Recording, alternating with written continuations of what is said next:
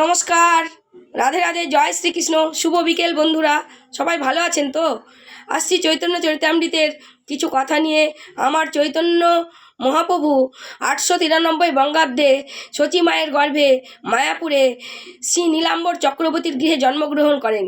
তার জন্মভিটা শ্রীখণ্ড, বর্তমানে সবাই শ্রীহট্ট নামে জানে।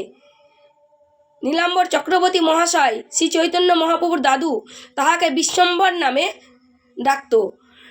তিনি এত রূপবান ছিলেন, তিনি এত বুদ্ধিমান ছিলেন, এত বিচক্ষণ ছিলেন আমার চৈতন্য মহাপ্রভু, যাহার লক্ষণ বিচার মুনিগণ করত। তার ছোট্ট একটা শ্লোক আমি আপনাদেরকে পাঠ করে শোনাচ্ছি। রাধে রাধে, জয় শ্রীকৃষ্ণ। অনাবতার শাস্ত্র দ্বারে জানি, কলিতে অবতার তৈছে শাস্ত্র বাক্যে মানি। সর্বজ্ঞ মুনিবাক্য শাস্ত্র পরমান, আমার সবে জীবে হয় শাস্ত্র দ্বারা জ্ঞান। অবতার নাহি কহে আমি অবতার, মুনি সব জানি করে লক্ষণ ও বিচার। রাধে রাধে, জয় শ্রীকৃষ্ণ। চৈতন্য মহাপ্রভুর এত সুন্দর গুণ ছিলেন যে, এত গুণ ছিল তাহার মুনি ঋষিগণ তাহার লক্ষণ বিচার করত এবং তিনি মৃদু মৃদু হেসে সেটা জানতে পারত এবং সবাইকে সৎভাবে পরিচালনা করত। আমার চৈতন্য মহাপ্রভু হরিনাম সংকীর্তনের প্রচারক ছিলেন এবং তিনি পরম বৈষ্ণব।